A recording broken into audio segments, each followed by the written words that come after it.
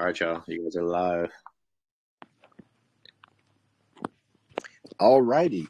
Everybody, welcome to the Safe Haven. One thing I want to tell you guys before we start this AMA is that nothing we say here is financial advice. Everything that you learn and hear from us is just simply to help you make a better investment choice by hearing from the team directly. Right now, we got OG Prime and we got Crypto Phoenix coming in from, let me make sure I say it right too. I don't want to mess it up. Mee Kyun Dosa. Mee Kyun Dosa. There we go. But yeah, we're just going to have them give us a brief overview of their background first, before we even talk about the project. We want to go ahead and get a feel for the people that are behind it. So go ahead and tell us something about yourselves. All right. Hi. So my name's Kali. I go by the screen name Crypto Phoenix. I dabbled in crypto for, a couple years on and off before DeFi was really big. I made a little bit of money, nothing special. And then I was on Coinbase just kind of trading majors and blue chips and everything for about a year. And then SafeMoon came out and it kind of broke me into the DeFi space. And I got on PancakeSwap for the first time and all of a sudden started learning about all this degenerate gambling style trading. And I hit big a couple of times and I had a really good time. And then I found my first rug and got really sad. And so I've been through it all just like everybody else. I really enjoy the space overall. Mostly the community is my favorite part about it. It can be just as frustrating as it is enlightening sometimes, but but I'm here to stay. I launched my first token in late 2021 or when it was when Crypto Messiah was in jail. I launched a token based off of that, as a meme, and it did fairly well. After that, I kind of hunkered down and started to try to get a little bit more serious. And then the more serious I got, the more memey the space got. So then I got less serious. And anyway, so I'm here now. The reason that that I've decided to launch this coin is because Comet reached out to me directly to ask for a Dosa rewards token. And as far as history goes, that's about as much as I can give you. I'll let OG Prime introduce himself real quick. Hey, what's up, guys? OG Prime here. I've been in crypto about 3 years, and I learned early that being honest is a good attribute to have and having a good name for yourself. So that's kind of the route that I've took in building good relationships with good, like-minded people. So we built a nice little community of honest, hardworking people. And I guess, like I said, that was my goal. And I've been working hard, creating a name for myself, a good name for myself. I think I've done that so far, and we've got a great group of guys behind this. So, yeah. All right. And we're going to go into details in a minute, but just give us a brief overview of what this project is. All right. So when Comet reached out, he basically just asked for a baby Dosa style token. But at that point, which was a little over a month ago, I was kind of tired of baby tokens, and I never really liked launching them to begin with. But I didn't mind reward tokens. I just didn't like reward tokens that were giving other, high tax tokens as rewards, because it was kind of futile. It is what it is. It's just not my favorite way to go about things. But in order to comply with his request, I decided that instead of just naming it Baby Dosa, I'd do a little bit of research on their mascot, which is the Dosa dog. It's called a Korean Mastiff. The more research I did, the more I realized, that there were other names, more traditional names for it. And that's kind of where we got our name, Mee Kyun Dosa. And although we are a reward token rewarding in another taxed token, I decided to take it a few steps further and add something very similar to what Dosa already has, which is their Dosa bomb. And we call it the baby bomb. The biggest idea behind the difference of our baby bomb and their Dosa bomb is that we're kind of sticking to lower cap BSC gems, at least in the beginning. I'd like to stay on the lower cap end of things, to give smaller projects support, projects that have great communities and teams that are doing the right thing. And the basis behind that idea is to, try to get developers to become more creative and to do the right thing and to build better utilities for the space. I just kind of got tired of, repeat platforms and all this other stuff. So we set forth a criteria that will, it'll be kind of limiting to who can apply, but at the same time, the premise behind it is to encourage teams and communities to build something better than what they initially intended on building or stuff like that. So the biggest protocol for us right now is the baby bomb. And we have a lot of other things coming, but that's going to be our main focus for a while. The biggest aspect of it outside of encouraging betterment is to mend or to bring communities together. Anytime that a token project applies for a baby bomb, we'll announce it to our community so that they can become aware of this other project that is doing well, or maybe even they're struggling, but the team and the community for the project are doing well. And we just want to bring to light better projects for our community members so that they can have other opportunities outside of us, and at the same time do the reverse. While announcing their projects to our community, we would like for their community to become more aware of our project in our community. Basically trying to just like take two nice sized communities and smash them together, inside of a couple of different tokens. So it's supposed to create a win-win situation, actually a win-win-win situation, because two projects will benefit, plus the space will benefit overall. So that's the main idea behind the baby bomb. And outside of that, we have 4% tax that is giving Dosa rewards. And then one of our main focuses in our marketing program is to market globally. We have some other things that are coming in the near future, including governance and NFTs and stuff like that. And they'll all be working in the ecosystem together to create kind of just like a cyclone of revenue streams. Yeah, that's mostly it. If you guys, OG Prime, has anything to add, I'm ready to hear it. Oh, you explained it pretty well, brother. All right. All righty. So the first thing I want to talk about is the concept of the baby Dosa bomb in the first place. So what made you have the confidence to be able to do that?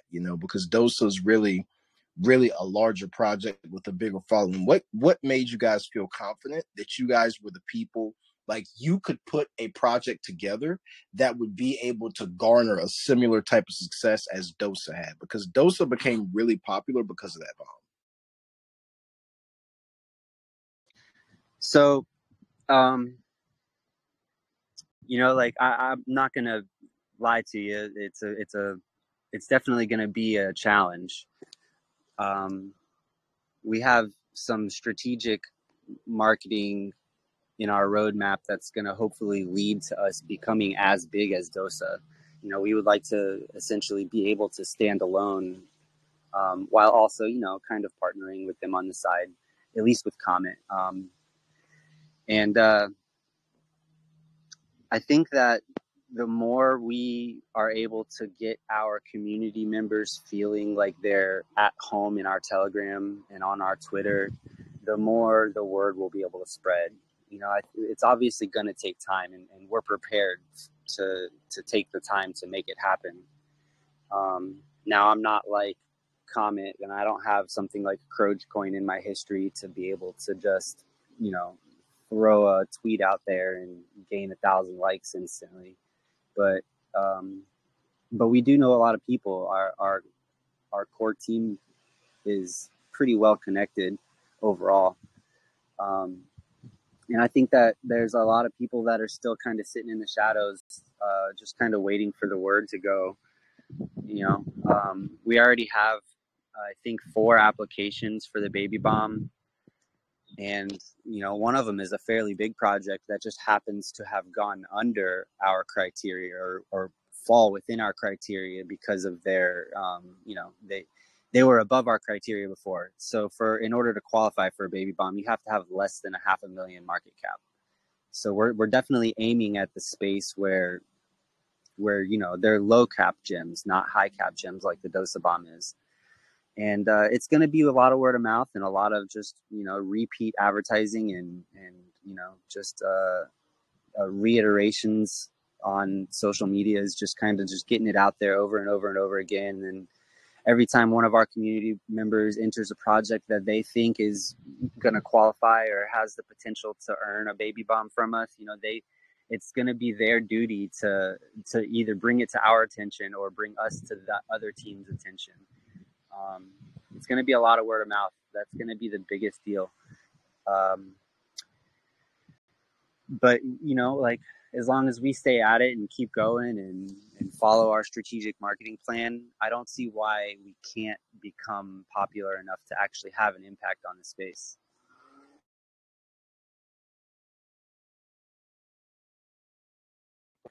Great answer, man.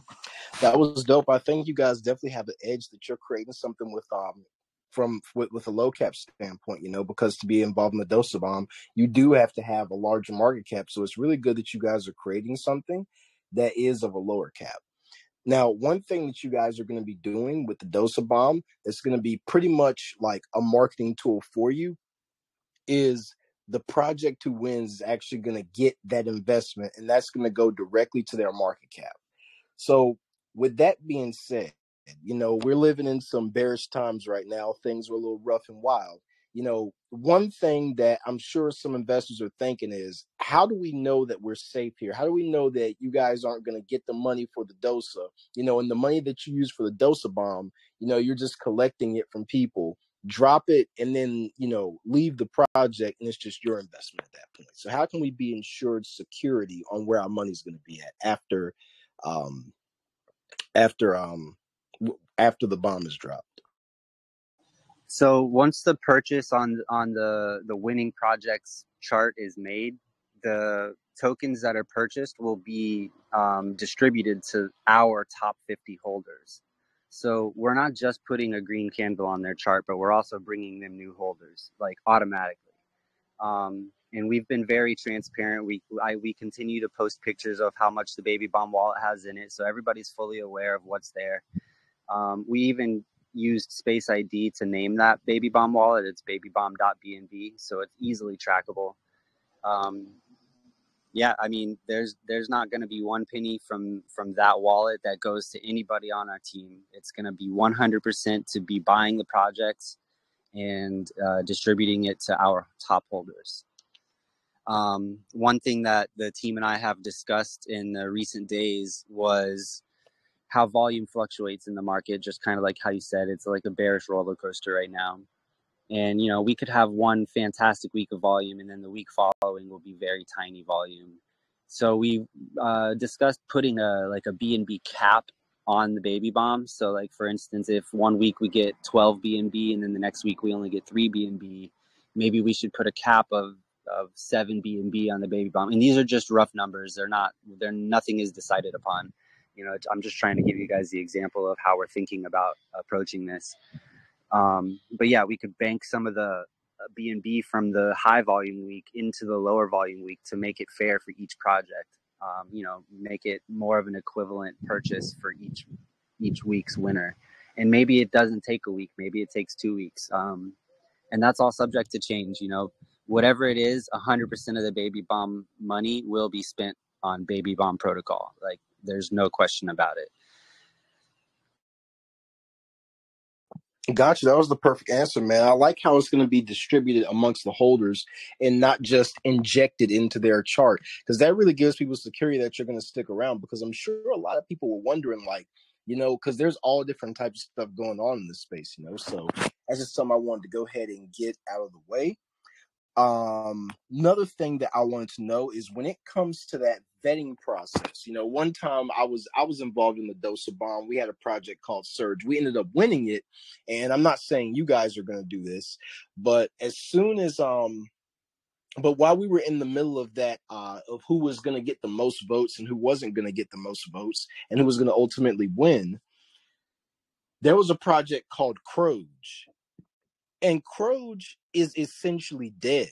And any money that they won that came from that Dosa bomb, like, everybody knew that it was just going to be exit liquidity because the project is just dead by now. So what is you guys in-depth vetting process to make sure that it doesn't go to a project that's, dead, a project that, is going to rug pull or scam later? What would be the more in-depth vetting process that you guys would take a project through before you let them qualify for your Dosa bomb?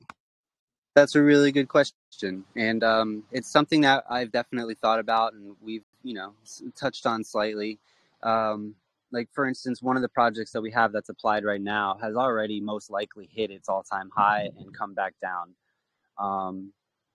We will 100%, our team will check in on their team to find out what they are up to, how active they still are, what kind of sentiment does the community have as far as, like whether or not they're looking for exit liquidity or trying to find new holders. There's a difference between finding new holders and finding exit liquidity. Obviously, both of them require new buys on the chart, but are the people bullish or are they sounding scared?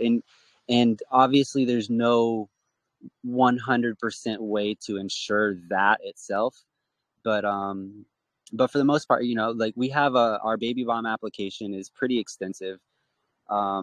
It asks a lot of questions. It'll talk about, and actually, now that you've asked me that question, it makes me want to add a few more questions to our application, and I can really appreciate that.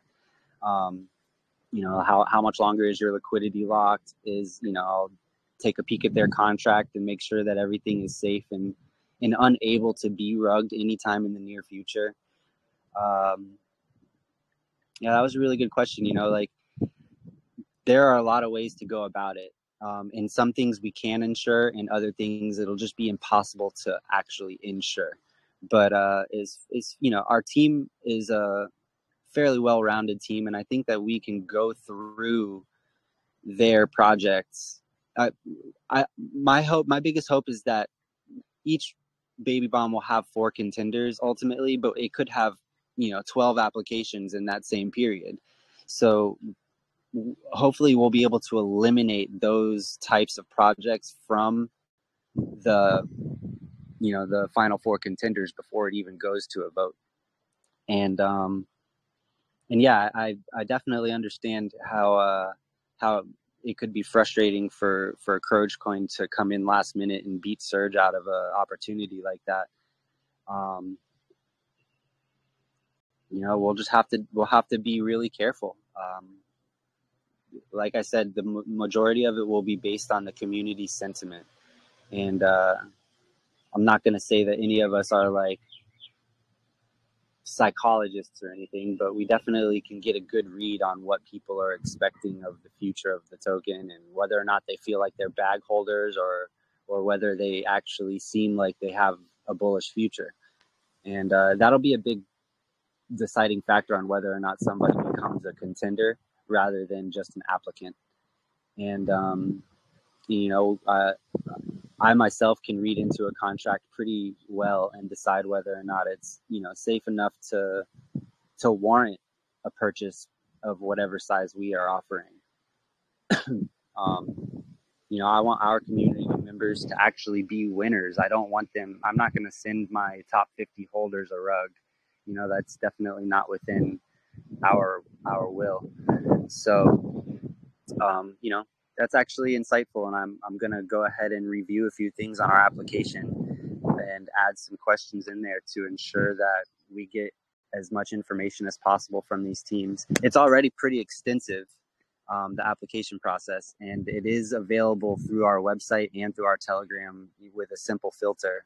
So the application is easily accessible, but in our white paper, we have a criteria listed of what is required of each project in order to qualify for the baby bomb. And a lot of projects will probably see that criteria and not even apply, because we are going to be pretty strict about it.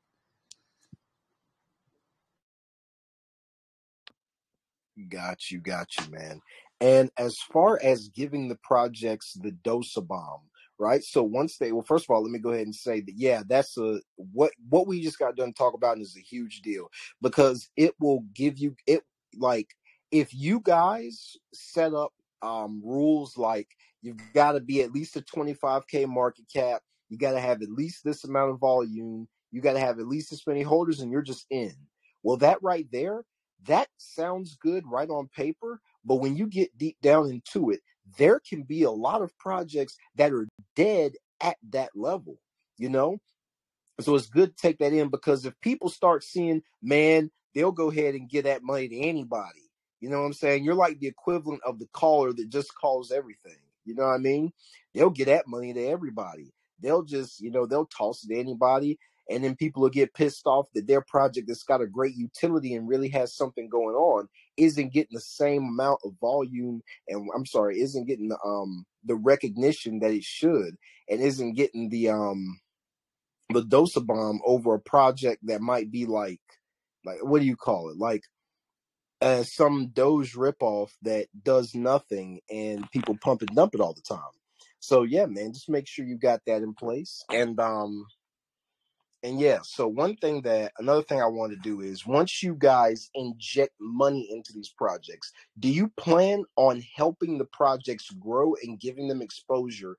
That way, after they get the bomb, you can do all you can to make sure the chart keeps on running up. Because one thing that we don't want to happen, even though this is not in your control, you want to go ahead and try your best to do something to mitigate the risk of this happening on your end, where the money gets injected and then boom, it drops. I mean, when Surge got the Dosa bomb, it dumped literally in 2 minutes. It dumped. It dumped back to where it was at in literally 2 minutes. So what are you guys going to be doing to help the project try to maintain that chart? So when people ask, okay, what other projects have gotten the Dose bomb? Because when projects come to you and they say, look, we want to be a part of what you guys are doing, they want to see, okay, let's see some other projects, and let's see if you guys actually do what you say you're going to do. Let's go see some other projects. And they look at it, and every time it's a 20-second pump and then a 20-second dump. So what are you guys going to be doing to help push projects, if you plan on doing that? Yeah, so I definitely would only want to I would, as far as putting the last contenders in before it goes to a vote, I would really like for any of those contenders to be projects that we would be willing to partner with, projects that are providing utility to the space that we ourselves would be willing to use or even want to use. So yeah, I would definitely say that we would, continue to help to push the project on our social medias after the fact of the bomb being dropped. And utility itself is very important to me. Like I don't want to. We're not just buying up meme coins here. Like that's not the plan. As far as like giving them a push and encouraging our community to go and buy more rather than just waiting for an airdrop. Well, not necessarily like encouraging them to buy, because we're not giving financial advice here, but like will definitely help to bring awareness further than their own reach. the hope is that we can do that for each other. And the plan is to only drop bombs on projects that we would be willing to partner with ourselves. So if it's a project we're willing to partner with, then it's a project we're willing to announce over and over again, to give them more light in the space. I know that for a fact that one of the applicants that we have right now is has got a team with a history of just amazing feats. Like even if they're small ones, they just keep putting things out. They keep getting more and more opportunity for themselves. They've made a few transitions and migrations into something better. They've updated their contract several times, and they just keep getting better and better, even though their market cap hasn't grown significantly. But we can with confidence say that that particular team is going to continue to do the right thing. And maybe I'm a little bit partial to them just because I was an early holder and I know the team personally. But teams like that are the teams that we're looking for. And we'll personally do a lot of heavy vetting before we even allow an applicant to become a contender. So once they become a contender, once they win a baby bomb, there should be nothing holding us back from promoting them as far as we can. And sometimes maybe they'll have more holders and more reach than we will, but that doesn't mean that we shouldn't continue to encourage people to take a look at them. We only want to bring good projects to light. Like one of our slogans is like we're raising the bar. We're trying to set a new quality and safety standard for the whole space overall. In the early stages, it will be just BSC, but if we get large enough to break into other chains and help other low caps across the DeFi space, that's a bigger goal, and we're going to strive to achieve it.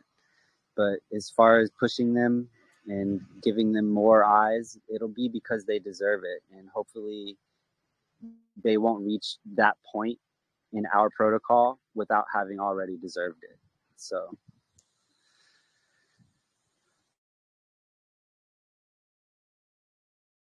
I'm pretty sure I answered your question. I'm not 100% sure. If you want to reiterate any of it, go ahead and I'll keep answering. Nah, man. I heard you just fine. That was just fine, dude. But nah, man. Yeah, that was a good answer. So one thing I also wanted to ask is, apart from the fact that you guys are accessible to more projects because you are a lower cap, what competitive advantage would you say you have over the original Dosa bomb?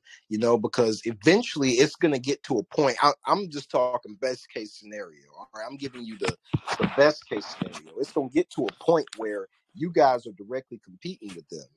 So what big competitive advantage would you have over those guys? Well, as far as having a competitive advantage, like that's not necessarily our intention. Like we discussed already, like we're aiming at an entirely different genre of projects than they are. So in the best case scenario, they're continuing to drop their bombs on these multi-million-dollar projects. Say our baby bomb could grow into like a 20 BNB a week kind of a thing, or 50 even in the future. We would still aim it at lower cap projects. We wouldn't change that criteria, because the whole premise of it is to help small projects that are doing the right thing, that have great vision and great community, to lift themselves above our criteria. We want to break them out of our criteria. So I don't think that we really need to compete with Dosa Bomb, no matter how big we get. Now, we do have a similar protocol, and it looks a lot the same on paper, but it's not the same. We're aiming at something entirely different than they are.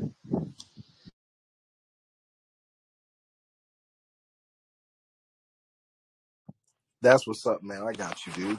Yeah, I was just asking that because regardless of what you're aiming at, from the eyes of other people, y'all are really in the same group. So and even though regardless of what your goals are, people, investors, unfortunately, other people's perspective is reality, and You know, these are investors, so you got to make sure that you're accommodating for that mentality too, despite what you're trying to do.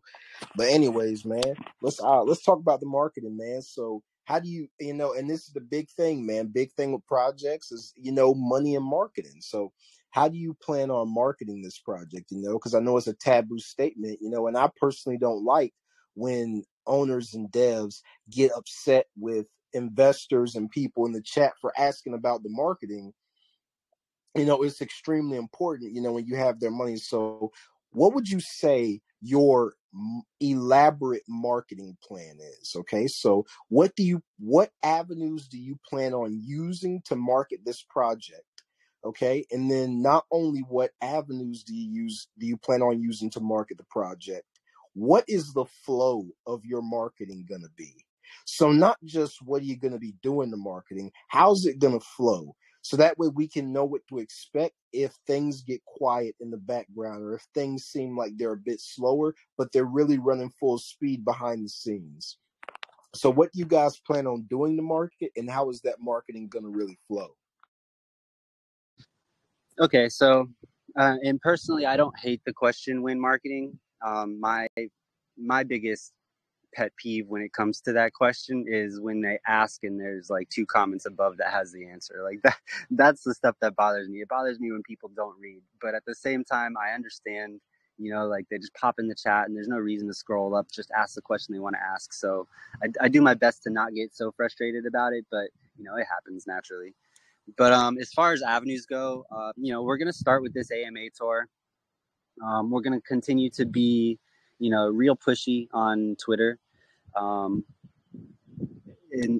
the biggest thing for us is to reach a global market. Our Chinese community is fairly large, but for them, AMAs don't mean anything because they can't come listen. At least the large majority of them can't come listen, not without an interpreter at least. And so we want to start with the AMA tour, and hopefully we'll continue that tour long term. We'll just keep getting more and more lounges involved, and making partners with large groups of people that are in the space for the right reasons. And it's going to be hard to determine what those reasons are. Everybody is here initially to make money, so, and we want our holders to make money.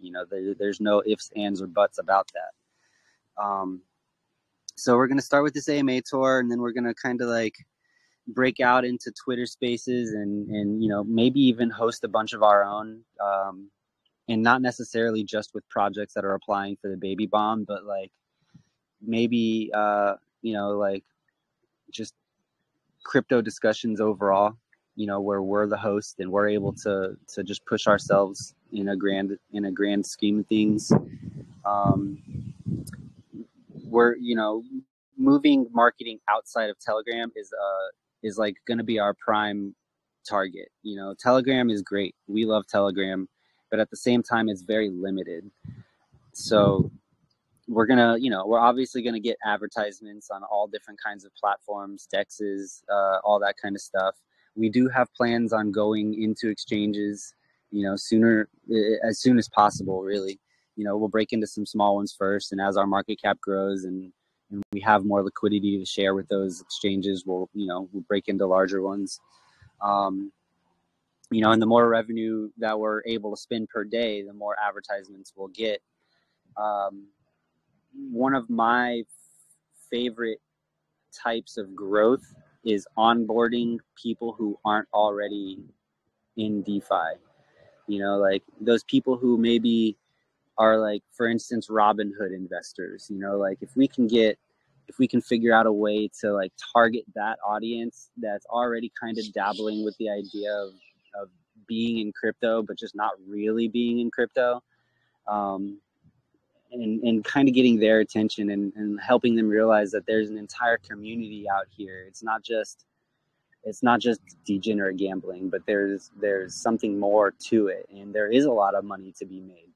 So that will be definitely an avenue that we, a channel that we take or approach, to onboard new crypto investors. Not only will that help us, but it will help the space overall. And as far as like the global marketing goes, we're building a team now of people who are aware of where and when and how to market in different countries.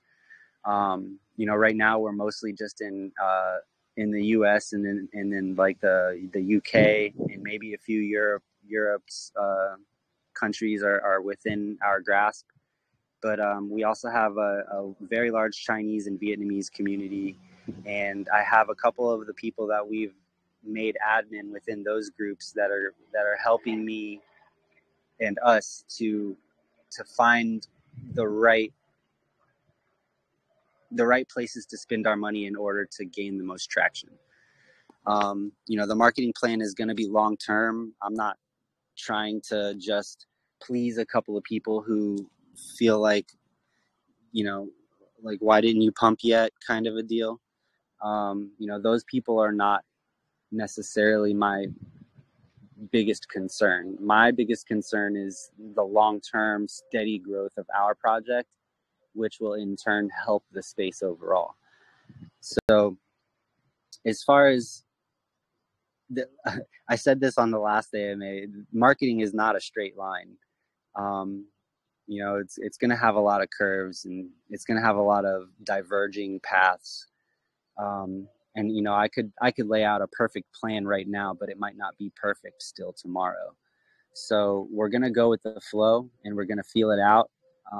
But overall, we're definitely going to break away from Telegram, but we're going to continue on Telegram. The AMA tour is hopefully going to be everlasting. There's 100,000 groups out there with 1,000 people or more in them. So there's no reason to stop having AMAs. And I feel like just continuing to, disseminate the wisdom that we have to share and the intentions that we have for our project is a very important way to continue marketing long term. But yeah, I mean, ads everywhere, like maybe even throw a billboard out there every once in a while. But we want to hit every part of the marketing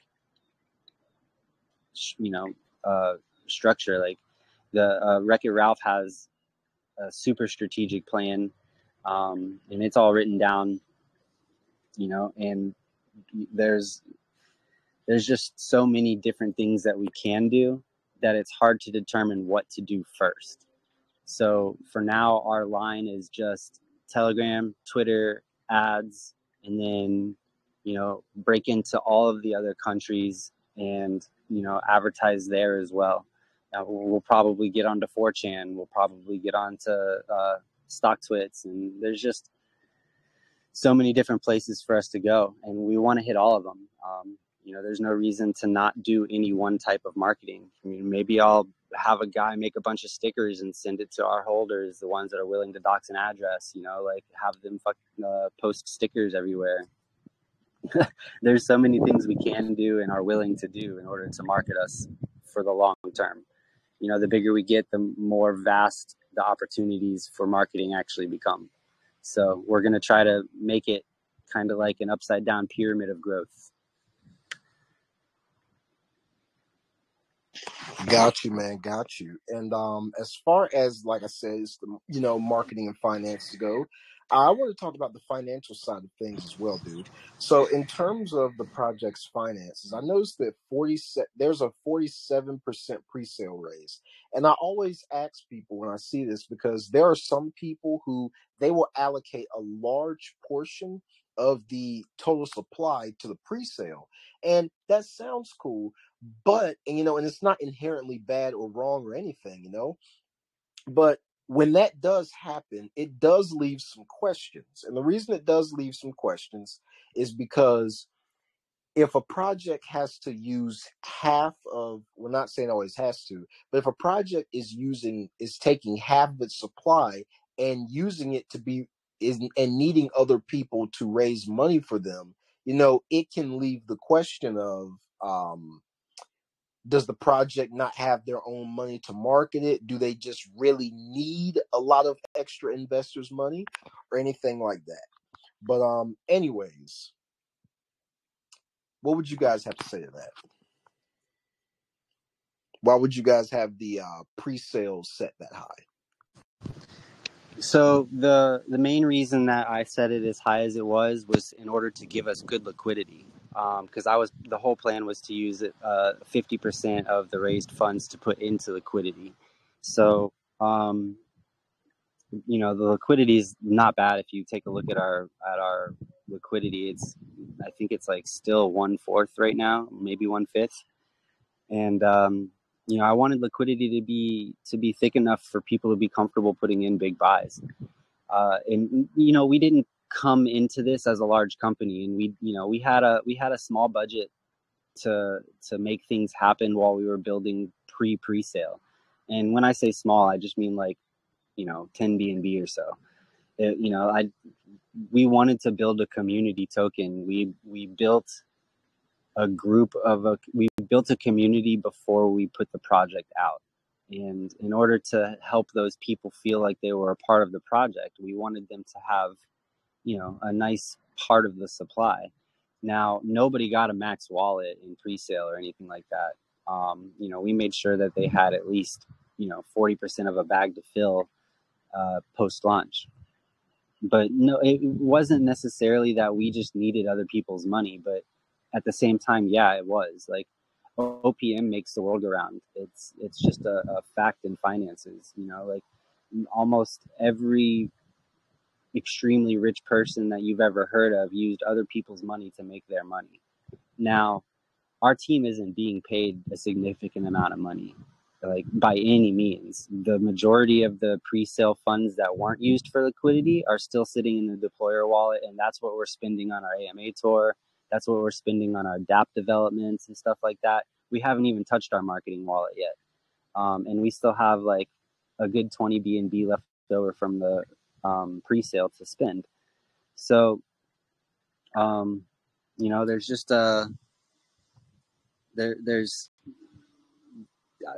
in hindsight, I could have probably done a lower bit of the supply in order to give the project a tad bit more moonability, but it also would have given it just as much dumpability. And, I wanted the liquidity to be thick enough for, larger investors to feel comfortable throwing a rack at it or something like that, it didn't necessarily happen that way. We definitely experienced some large bot buys and sells at the beginning. But, we're going to recover really nicely from that. We have our long-term vision, and we're just going to keep sticking to it. We're not going to give up. We have a path, and we're going to keep on it. Understood. That's what's up, man. That's what's up. So, I got more questions I want to ask, but it's past 40-minute mark. So I don't want to take up all the time. Let me let the community go ahead and get some questions in. Is that cool with you? Absolutely. All right, let's go ahead and get to it. First of all, let me give you your flowers. You've always been extra honest, man. Extra honest, very transparent. You didn't dodge any questions at all. I really like that. I always tell our people that, when you're looking at a project, always look at the character and the way the people talk who are making the project. You know what I'm saying? A lot of times we ask questions, we're looking for honesty and we're looking for transparency, and you've shown that, man. Because if you can't be transparent and honest here, hey, look, who knows what you'll do behind the scenes, man. So I really appreciate that. Props to you, man. And you got a really innovative project. I like what you guys did. I like how you found your own niche. All that is real cool, man. So big ups to you. Thank you. Absolutely. All right, let's go to CC Jitters for the first question. CC, go ahead, man. You got it.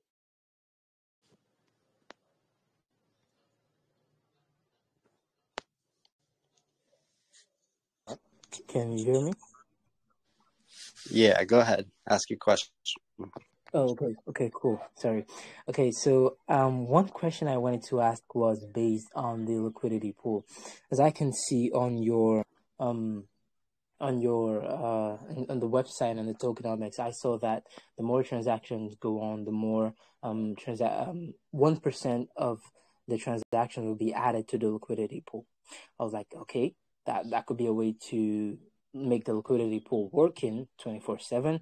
It doesn't really wait for transactions to happen, Okay, so the question is, What if, I'm not saying you're gonna have problems in the future, but in the future there could be a lot of issues based on server side and then transactions holding up them, and then uh, some issues concerning traffic of a lot of users, and and not getting enough volume. Perhaps your marketing plan's not working fine as you expected. You're not getting enough investors. So, and then the transactions happening pretty low, I would say, not enough for it to capture each transaction or a percent of transaction to go into the liquidity pool. How would you um, uncover those errors and fix them on time in a way that whenever you face issues of something that you need to perhaps create a new utility or perhaps boost the utility you have, you could just quickly go on to the liquidity pool. But now you cannot do that because you're having low transactions coming into the liquidity pool. How would you I'll say how would you uh, solve those kind of errors concerning the liquidity pool?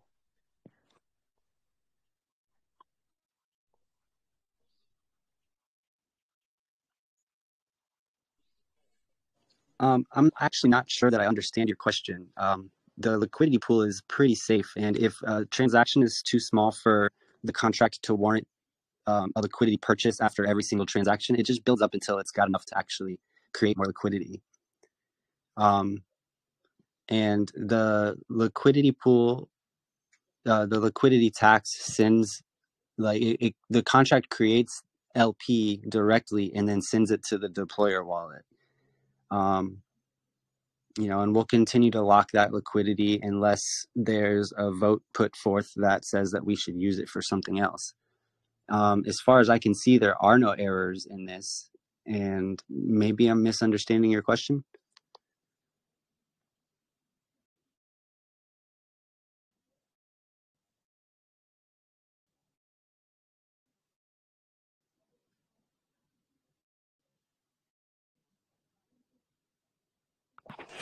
Hey, sorry, can you hear me?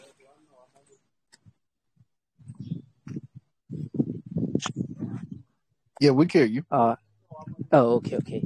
Um, Are you Actually, no, there? it was a good one, the good explanation. But like you said earlier on, the liquidity pool that you have, Yes, go that ahead you if you say want to safe. reiterate. Yeah, I just want to reiterate on the question so you could be able to understand what the kind of question I'm trying to ask. So sometimes, based on some issues from transactions that are coming in, may not be enough to boost the liquidity pool because perhaps we're in a bearish market and then it becomes so bad that people are now selling the tokens, right? They don't really, they don't want to hold, right? And you don't have much diamond holders. What is a plan that you could use to make sure that um, the liquidity pool still takes that 1% as it used to be, perhaps an alternative way, maybe, where it still derives the transactions coming from investors in whatever way you want to arrange the liquidity pool just to make sure it keeps running 24/7. It keeps getting transactions that it's supposed to get. It keeps saving up, in the liquidity pool and doesn't shut down based on some setback of the transactions or setback of investors coming in or setback of people selling off the token or something like that.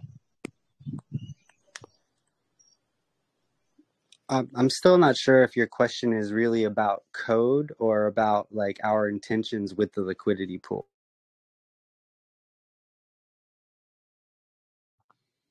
Yeah, no offense, CC, but I'm actually I'm on the same stance as Crypto Phoenix. If you could just be a little bit more clear. Your question's not bad. We're not making fun of you. We're just trying to understand you. Okay, no worries. Sorry, just gonna.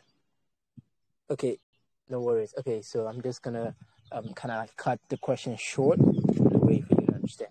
Okay, so sometimes there could be some issues in the future. Perhaps people sell off the tokens based on the bearish market, and perhaps they're not able to see much progress on your project itself. They're not seeing progress. Perhaps the team has some issues based on server side, based on transactions, or perhaps they're trying to create new utilities, something like that. And then the investors are not able to see much progress on your project, and they start selling off the tokens. Perhaps not check the chart. The chart starts going down and down, and then you start losing investors. In this kind of situation, how does the liquidity pool still takes up its 1% of transactions that come in and save it up? He pretty much just wants to know about the sustainability of the project. Is what he's trying to do. He wants to know more. He's asking questions that revolve around the sustainability of the project. Is what he's doing. He just wants to see, he wants to make sure that the chart doesn't go down and then just stay down. You know what I'm saying? He wants to make sure that which there's honestly, I can just answer that for him because he dropped out now. But there's really no way to actually know that, to be honest with you. You just have to do the best you can. And that's what I would say. But yeah, we'll go on to the next person. Thank you, CC, man. Appreciate you, dude. Hey, DC, Kylie was kicked, so he's got his hand raised. Oh, there he goes. There you go. There we go. Thank you. Yeah, all right, let's move on to Ziggy. All right, Ziggy, go ahead, buddy. We got you.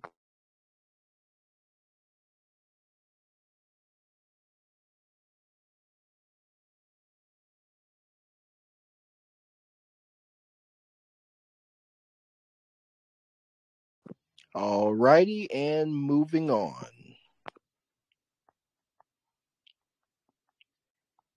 Hold a second. He just got back as soon as I was muting. There we go.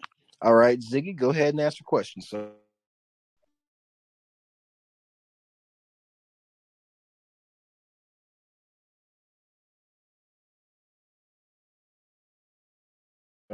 All righty, Ziggy, we're gonna have to move on by you, brother. Let's go to Sujay. Hey there, buddy. How you doing? Go ahead and ask a question, sir. Hey, DC. How's it going? It's fine, man. Oh, yeah, you're good. Go ahead and ask the question, man.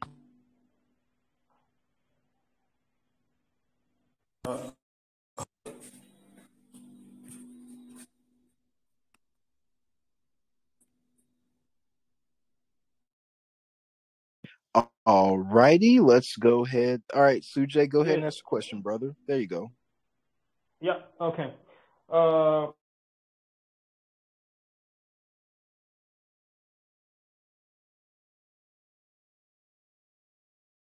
Sorry, got muted.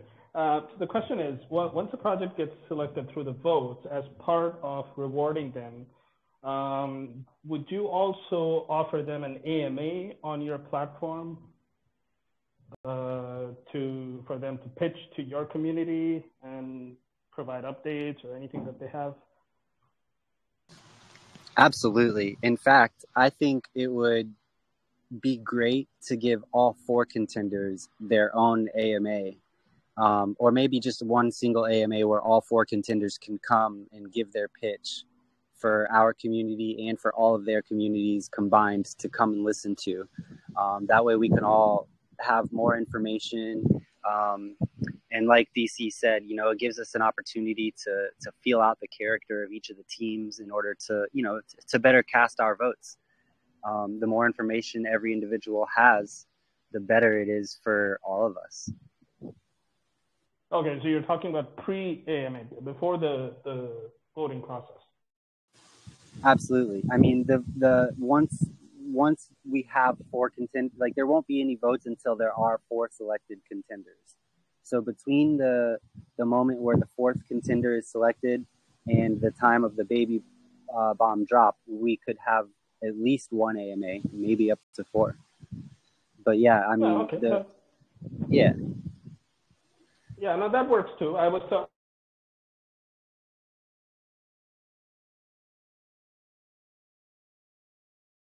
I'm sorry, man. TT is real bad today. Yeah, I was more thinking of AMA as a reward. But yeah, if you're going to AMA them all, then that's a good idea too. My second question with regards to the winning of the is now you're going to do a buy of the market based on the.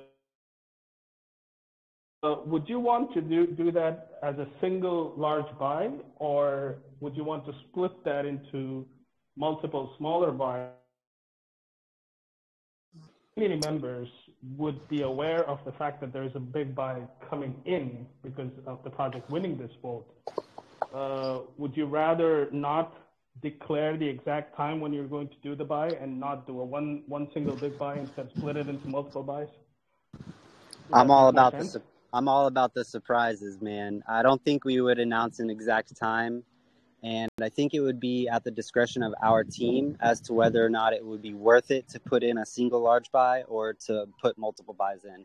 You know, we would study the chart a little bit and decide, and the community, and decide whether or not, like, just like DC asked before about, you know, potentially, and you know, putting that investment into a a likely dead coin where there's just a bunch of bag holders waiting to sell.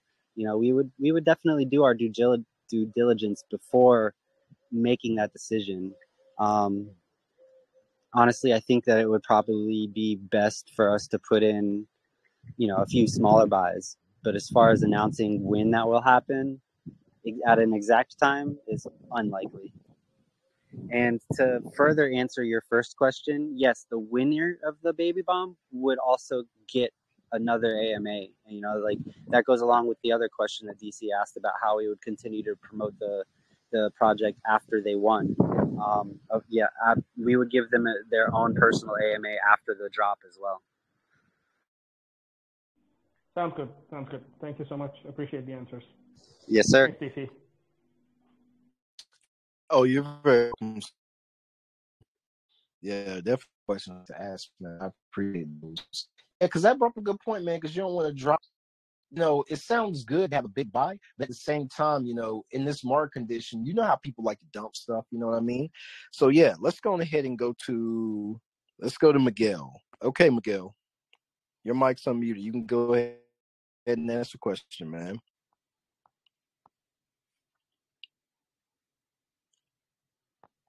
If your mic has any trouble, I will let you know about it.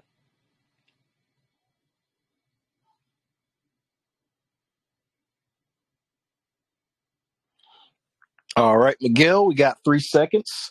3, 2, and 1, and we are moving on. All righty, let's go to Alina. Okay, Alina, go ahead.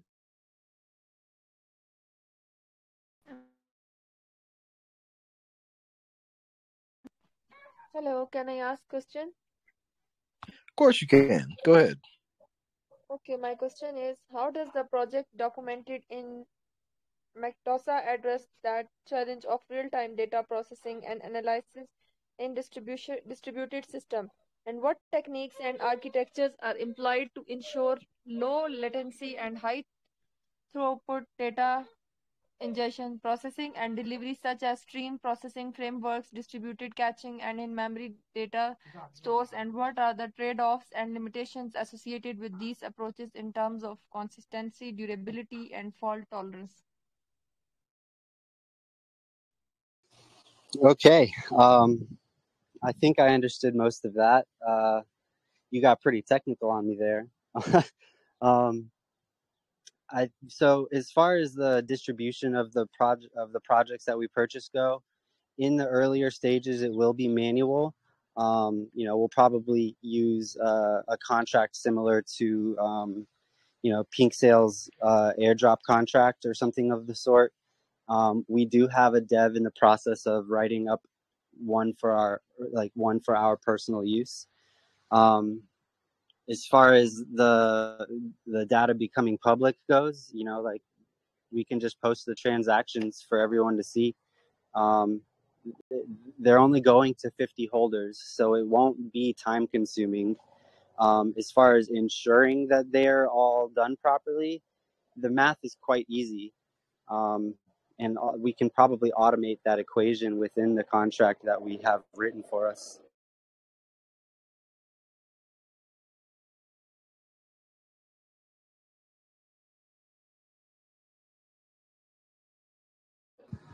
If I haven't answered your entire question, can you go ahead and, Okay, thank you ask? so much. Okay. All right. Have a great day. All righty. There we have it. Let's go to Benjamin. Okay, Benjamin, go ahead. Your mic is unmuted.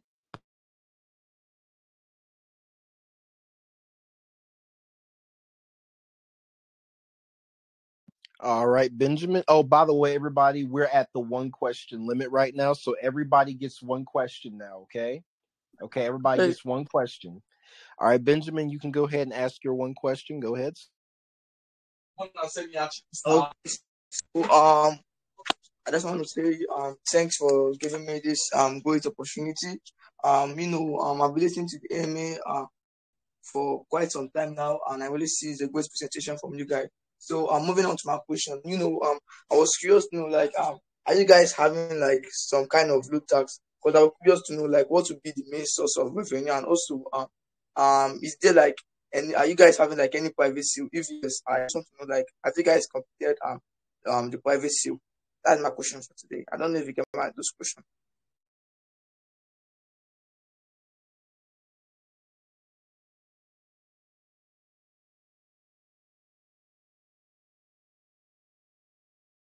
So, okay, Crypto Phoenix, did you?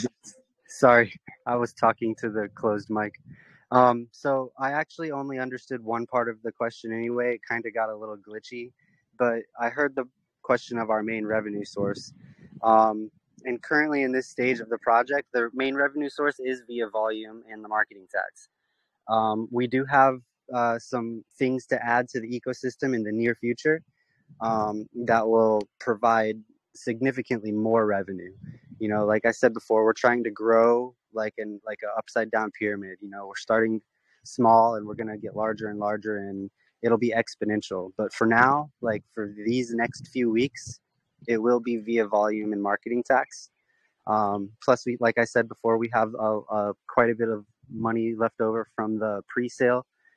We have NFTs that are going to drop soon, and potentially like a little I've already said too much, but potentially a little game in the future that will be like a high revenue stream. Actually, I think it's going to be something that actually makes people want to play, because it's potential for them to win money rather than just sit on a game all day long getting pennies.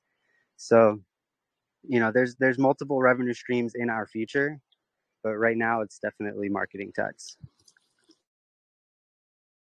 Okay. Thanks for answering my question actually, but sorry to disturb. I just wanted to say, like, I didn't quite get the part because I asked also. Wait a minute. Oh dang, my mic was. My bad, dude. My bad, G. I didn't mean to do. I had to cut you off just because of the time restraints. We can't have extra conversations and ask extra questions. But my mic was just still muted, so I didn't know that you couldn't hear me. But all right, Zuo Krypton, go ahead, brother. Let's see it.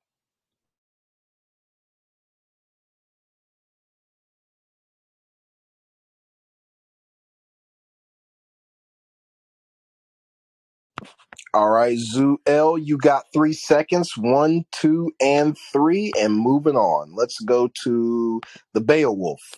Okay, Beowulf, go ahead, sir.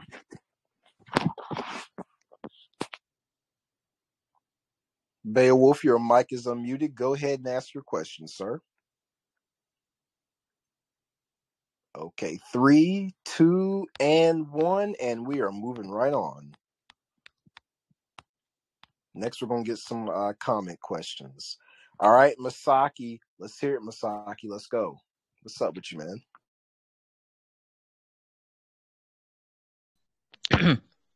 Hello, can you hear me? There you go. Go ahead, sir. So my question is, because every low cap can be applied for a baby bomb, So how the team will decide the project is safe or not? So can become the voting. And low cap is hard to decide. The low cap is safe Are or you not. you want to know whether or not our team are safe, or I mean, I can promise you and No, assure you that all day. But as far as you finding it out on your own, my um, question is what the criteria that the project is safe or not? for the baby bomb teams, Yes.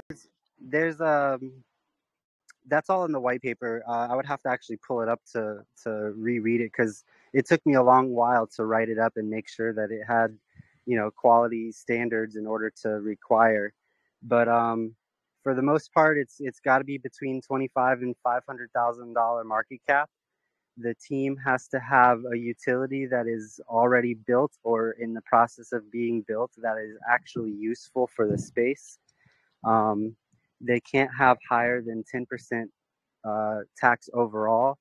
They can't be using more than 2% for LP tax because we're trying to avoid all farms. Anybody using more than a 2% LP tax is likely just hoping that the project dies so that they can pull the LP and get rich off of it.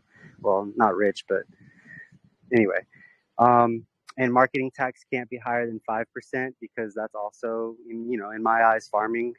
Marketing tax at 5% is pretty much farming in my eyes, especially if the dev's not using it accordingly. There's a lot of little things like that, and um, beyond that, it will be something that's based on the Mee Kyun Dosa's team's discretion. Like I said in a couple of the other earlier questions, we're going to have to do a lot of due diligence with each of these projects before they even make it to the contender stage. The application will weed out a lot of the stuff that we know will just not be good for our holders. It's going to be a process. It's going to be a job. I've basically created jobs for us. We're not really going to get paid for it, but we're going to do it anyway.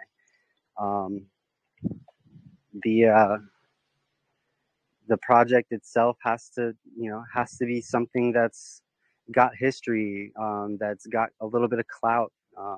It's not, we're not going to just give something that launched yesterday an opportunity. They have to actually go through a proving ground first. They have to have a little bit of a history so that we can study that history and then study their community and talk to other people in the space about whether or not they know them if we don't already know them. A lot of that will be word of mouth as well. Just kind of digging in the past and finding out what these people are about, and also taking a look at their code and making sure that everything is secure there as well. And we have the people in the resources to do all of that. Okay, thank you. Can I ask one more? No, sir. Okay, thank you. Yes, sir. You guys, you gotta remember we gotta be respectful for everybody here who's listening, who's got questions. So you guys, don't try to be hard headed. Y'all gotta remember what DC said. Okay.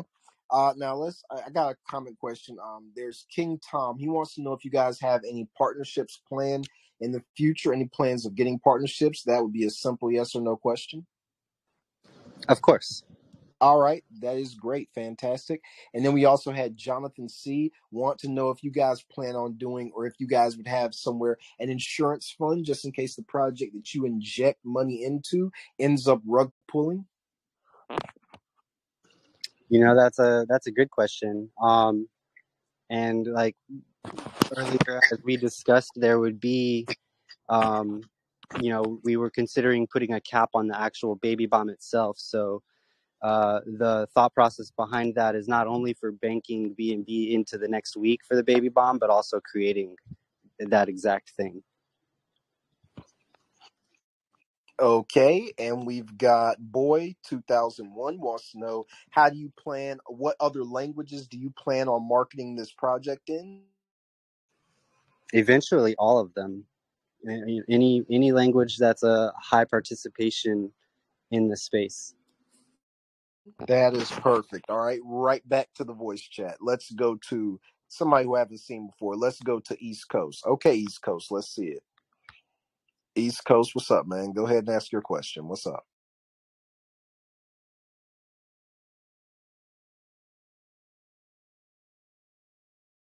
All right, East Coast. Go ahead, Can you hear sir. me? Go Can ahead, you hear sir. me? Oh, awesome. Nice project, man. Thanks for giving me the opportunity. Oh yeah, you're welcome, bud. Go ahead and ask your question. I really love your concept. So, I want to know regarding to this. Okay, regarding to this project, like for example, I want to know if there's like an issue concerning this project, how fast and reliable you and your team are to solve the situation of this project. Because a lot of people encounter issues when it comes to a project like this. So how fast are you guys reliable to solve any situation regarding to this project?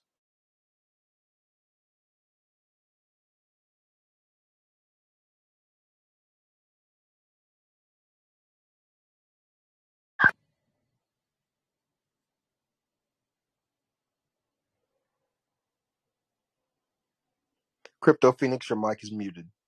Oh, sorry.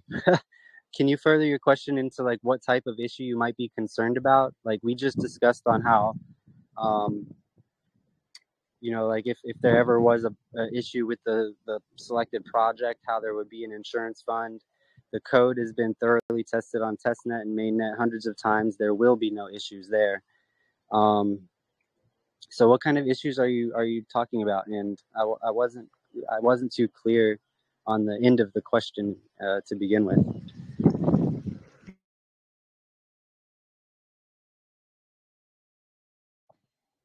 East Coast, go ahead and East Coast, ask your question again, put it in simpler terms.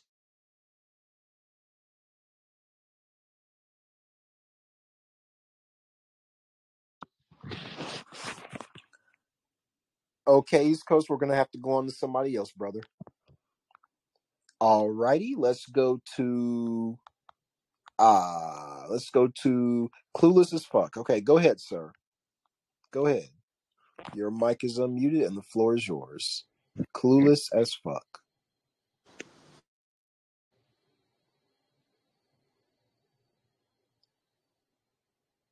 Clueless as Fuck. You have what's up? one. All right, go Can ahead, you hear me, sir. guys? Go ahead, sir. Hey, guys, can you hear me?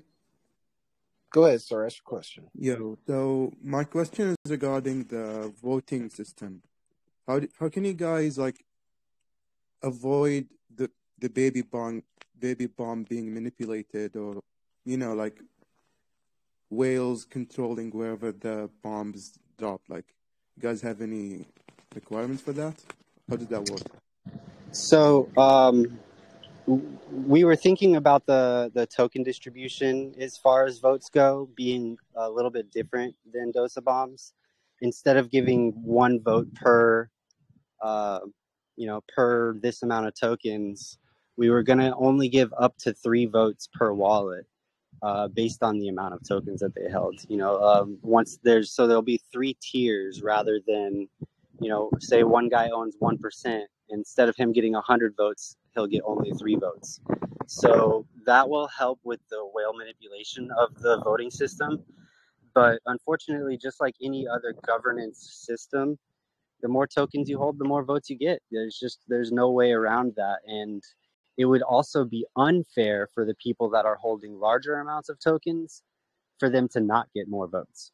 So, we're building a DApp just like Dosabom's DApp has, except for we will have just slightly different requirements. All right, sounds good. Thank you so much. Wish you the best, guy. All righty, man. Appreciate you, Clueless as Fuck. All righty. Let's go to okay, Graceland. Okay, here we go. Graceland, you go ahead and get your shot. Here we go. The spotlight is on you. You're in front of 199 people. The pressure is on. The questions got to be good. Go ahead. Hello, Modibu. Yeah, go ahead. Hello, Go ahead with the question. We got you. yeah. Actually, thanks for giving me this great opportunity. So, my question is about the security of the project. So, what are the risk management policies that the project uses to protect the investment of early registrants, partners, collaborators provided by the project platform? And also, how do you really ensure that there is a backup base to rely on in the face of any sudden changes or situation in the trading market? And also, how secure will your exchange be? What are the security measures And, that you take? amen. That's so ask the first question you ask, but speak it more clearly and openly. We're not doing multiple questions. Ask the first question and just do it, just slow it down and make it more clear. Okay. So, I was asking on what are the risk management policies that the project uses to protect the investment Okay, of I got you. early I registrants. got you. Graceland. So crypto, he wants to know what is your risk management for this project.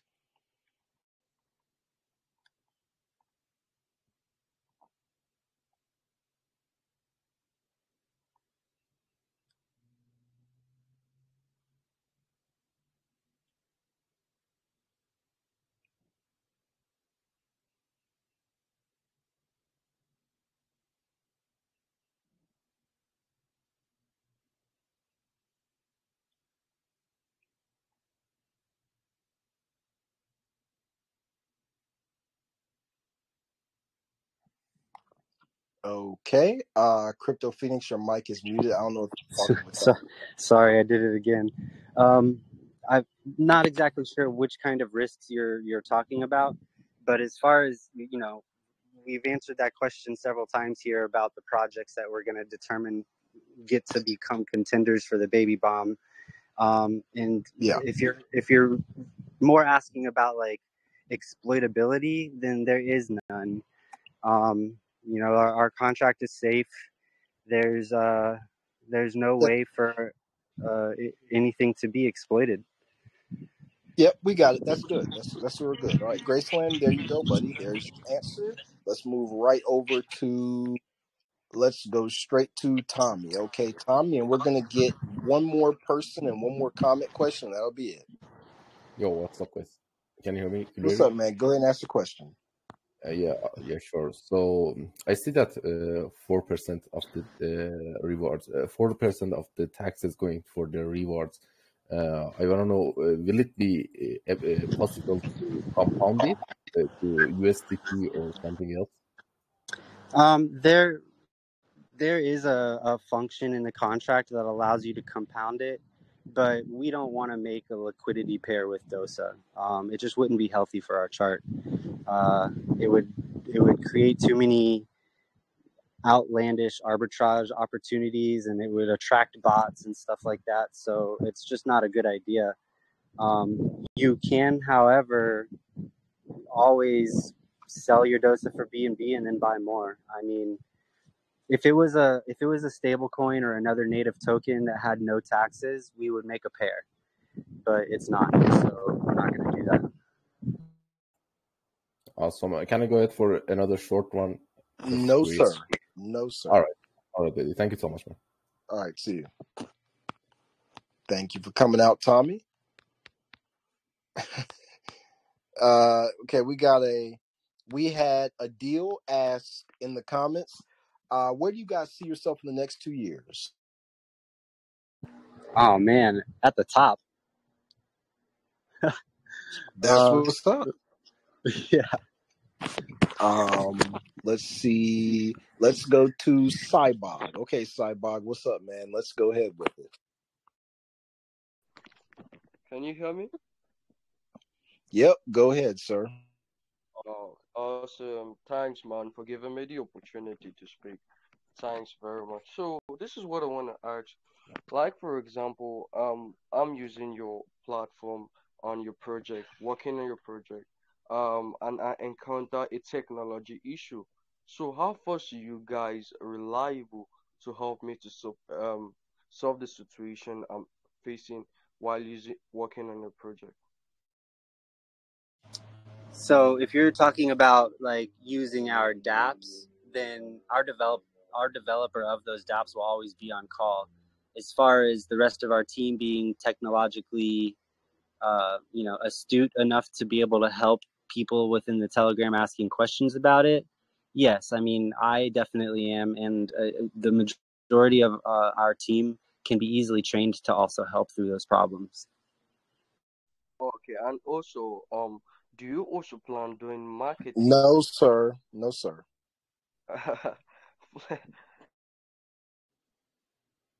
Thank you for coming out, big dog. Appreciate you, man.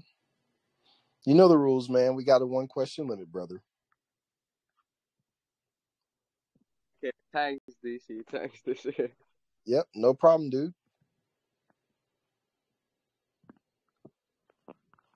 Alrighty, and that will be it.